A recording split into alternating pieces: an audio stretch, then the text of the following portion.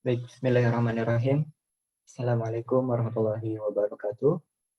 Di sini saya akan menyampaikan resume kegiatan belajar 2 tentang perkembangan kognitif peserta didik.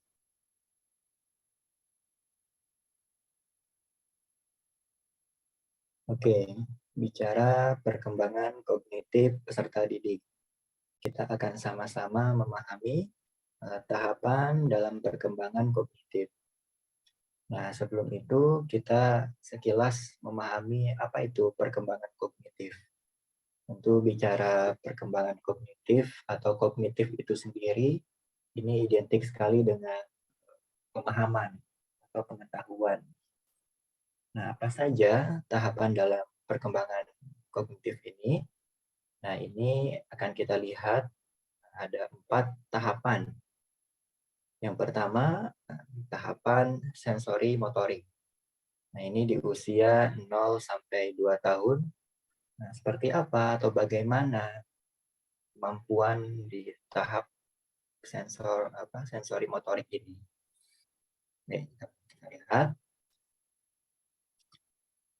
Nah, pada masa ini kemampuan anak terbatas pada gerak-gerak refleks, bahasa awal dan ruang waktu sekarang saja. Jadi di tahap ini memang anak belum bisa memikirkan waktu ke depan gitu, atau waktu yang lalu gitu kan. Hanya saat ini saja. Nah, inilah di tahap sensori motorik di usia 0 sampai 2 tahun. Jadi kemampuannya masih sangat-sangat terbatas. Nah, kemudian yang kedua adalah tahap praoperasional. Nah, ini di usia 2 sampai 4 tahun. Nah, di tahap ini anak mulai mengembangkan kemampuan menerima stimulus secara terbatas.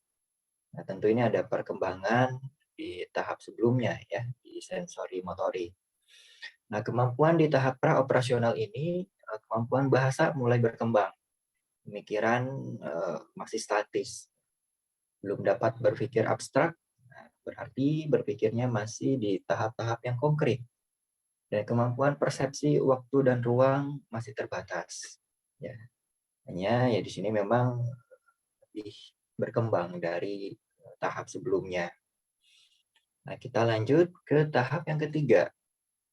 Nah, yang ketiga ini adalah tahap operasional konkret. Ya, ini di usia 7 sampai 11 tahun. Seperti apa atau bagaimana di tahapan ini? Nah, kita akan lihat pada masa ini anak sudah mampu menyelesaikan tugas-tugas seperti menggabungkan, memisahkan, menyusun, atau menderetkan, melipat, dan membagi. Jadi sudah lebih konkret lagi kemampuan anak ya dalam menyelesaikan tugas-tugasnya. Ini di tahap operasional konkret di rentan usia 7 sampai 11 tahun. Kita biasanya melatih anak-anak kita gitu ya, bagi yang sudah punya anak mungkin di rumahnya.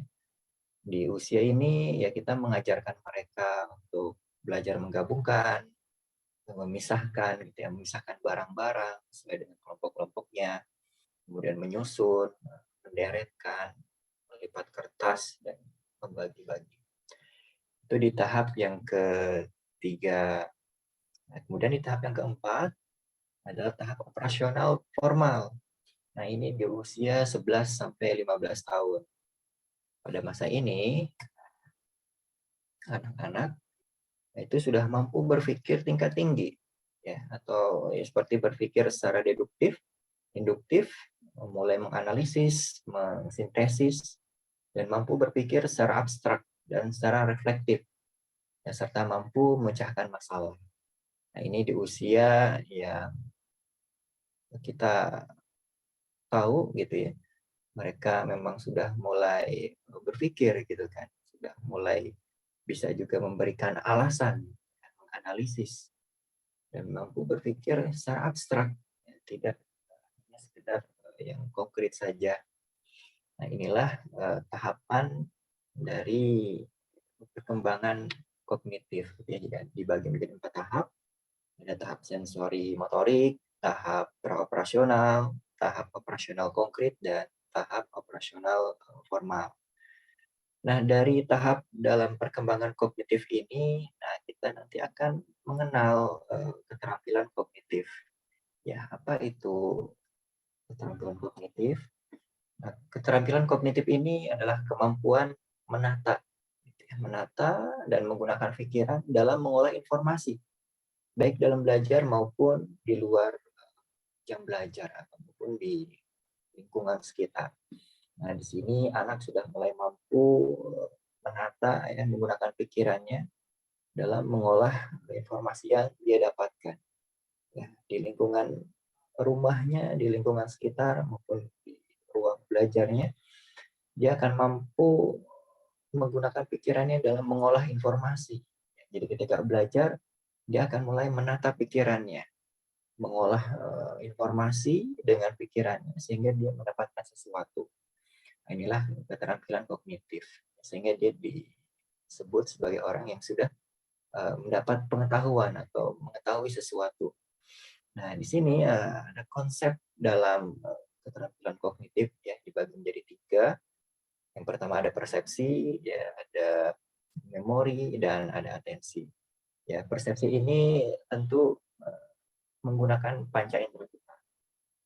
Yang pertama bisa dengan indera penglihatan, ya, anak sudah mulai bisa mempersepsikan apa yang dia lihat. Ya. Kemudian yang kedua memori. Nah, ini identik dengan ingatan. Ketika dia mempelajari sesuatu, maka dia akan berusaha juga untuk mengingat apa yang dia pelajari saat itu. Dan kira-kira masih ingat atau tidak kan, di pertemuan berikutnya atau di hari-hari berikutnya tentang apa yang sudah dia pelajari. Ya. Kemudian yang ketiga tadi adalah atensi. Ya. Jadi anak sudah mulai memperhatikan gitu ya. Nah, ini 3 konsep dalam keterampilan proses kognitif ini gitu ya. Nah, selanjutnya kita akan melihat ragam kecenderungan keterampilan kognitif ya. Nah, ini dibagi menjadi 4. Ada apa saja? Nah, yang pertama ini adalah metakognitif. Ya, kemudian ada strategi kognitif, ya, gaya kognitif, dan pemikiran kritis. Ya. Oke, ini adalah ragam kecenderungan keterampilan kognitif. Jadi akan ada kecenderungan gitu ya.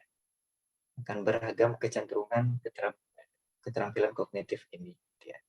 Ada anak yang mempunyai strategi-strategi gitu kan dalam belajarnya gitu kan, atau juga dia mungkin mempunyai gaya gitu kan, dan dia mulai bisa berpikir kritis gitu kan. Ini 4 ragam gitu ya kecenderungan keterampilan kognitif. Nah, kemudian ada faktor apa saja ya, ada yang mempengaruhi perkembangan kognitif ya. Nah, di sini dibagi menjadi dua bagian atau 2 faktor ya, 2 faktor yang mempengaruhi perkembangan kognitif. Ya. Yang pertama ada faktor lingkungan ya. Faktor lingkungan ini tentu akan berpengaruh terhadap perkembangan kognitif anak. Ya. Dengan siapa dia bergaul, dengan siapa dia berteman, gitu kan. Itu juga akan mempengaruhi faktor faktor perkembangan faktor pengaruh perkembangan kognitif, mempengaruhi perkembangan kognitif maksudnya, mohon maaf. Ya, yang kedua adalah faktor hereditas. Nah, ini adalah faktor dari orang tua gitu ya. Faktor dari orang tua maksudnya ketika orang tua dia adalah seorang yang mungkin cerdas gitu kan. Nah, faktor hereditas ini bukan berarti si anak akan otomatis akan menjadi cerdas ya, tanpa adanya stimulus gitu ya. Tetap seorang anak juga harus dilatih gitu kan, harus mengalami proses belajar gitu kan, sehingga faktor genetik tadi itu lebih optimal ya. Jadi inilah 2 faktor yang akan mempengaruhi perkembangan kognitif peserta didik atau anak. Ya, ada faktor lingkungan dan faktor hereditas gitu ya. Ini yang pertama harusnya memang faktor hereditas dulu, baru faktor lingkungan ya. Kenapa? Karena ya anak pertama kali berinteraksi tentu di lingkungan keluarganya ya. Dengan keluarganya, baru dia akan berinteraksi di lingkungan luar. Nah, itu semua akan mempengaruhi perkembangan kognitif anak atau peserta didik kita. Nah, setelah kita belajar tentang perkembangan kognitif peserta didik, nah tentu juga kita akan memahami implikasi perkembangan kognitif peserta didik dalam pembelajaran. Nah, ini kita sebagai guru mempunyai peran ketika kita sudah belajar gitu ya tentang perkembangan kognitif peserta didik, ya kita sudah memahami dari tahapan-tahapannya, dari ragam kecenderungan keterampilan kognitif itu sendiri gitu ya, dan faktor-faktor yang mempengaruhi, maka kita sebagai guru akan menyesuaikan gitu ya, menyesuaikan cara kita dalam memberikan proses pembelajaran, cara memberikan pembelajaran. Ya, di sini pastinya kita tidak bisa menyamaratakan gitu ya, posisi atau kondisi peserta didik gitu kan, karena tadi boleh jadi ada peserta didik yang dari lingkungan yang kondusif, maka di kelas dia cenderung lebih mudah menerima informasi pembelajaran ya, dan boleh jadi juga ada anak atau peserta didik yang lingkungannya tidak kondusif ya, sehingga akan berpengaruh juga di perkembangan kognitif dia di sekolah kan, dan lain-lainnya. Maka di sini kita sebagai guru harus betul-betul gitu ya, memahami perkembangan kognitif peserta didik. Nah, dari situ kita akan menyesuaikan apa yang kita sesuaikan ya. Tentu dalam proses pembelajaran, baik dalam penggunaan metodenya, gitu kan, media pembelajaran, dan tentu juga kita sudah mengatur strategi-strateginya sehingga apa yang menjadi tujuan gitu, atau sesuatu yang harus dicapai oleh anak-anak kita atau peserta didik kita, nah itu bisa dicapai dengan baik oleh mereka, gitu kan, anak-anak kita atau peserta didik kita. Nah, inilah tentang perkembangan kognitif peserta didik.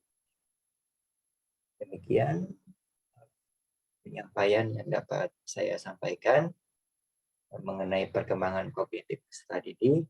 Semoga bisa membawa manfaat. Terima kasih atas perhatiannya. Terima kasih atas perhatiannya dan mohon maaf masih banyak kekurangan. Assalamualaikum warahmatullahi wabarakatuh.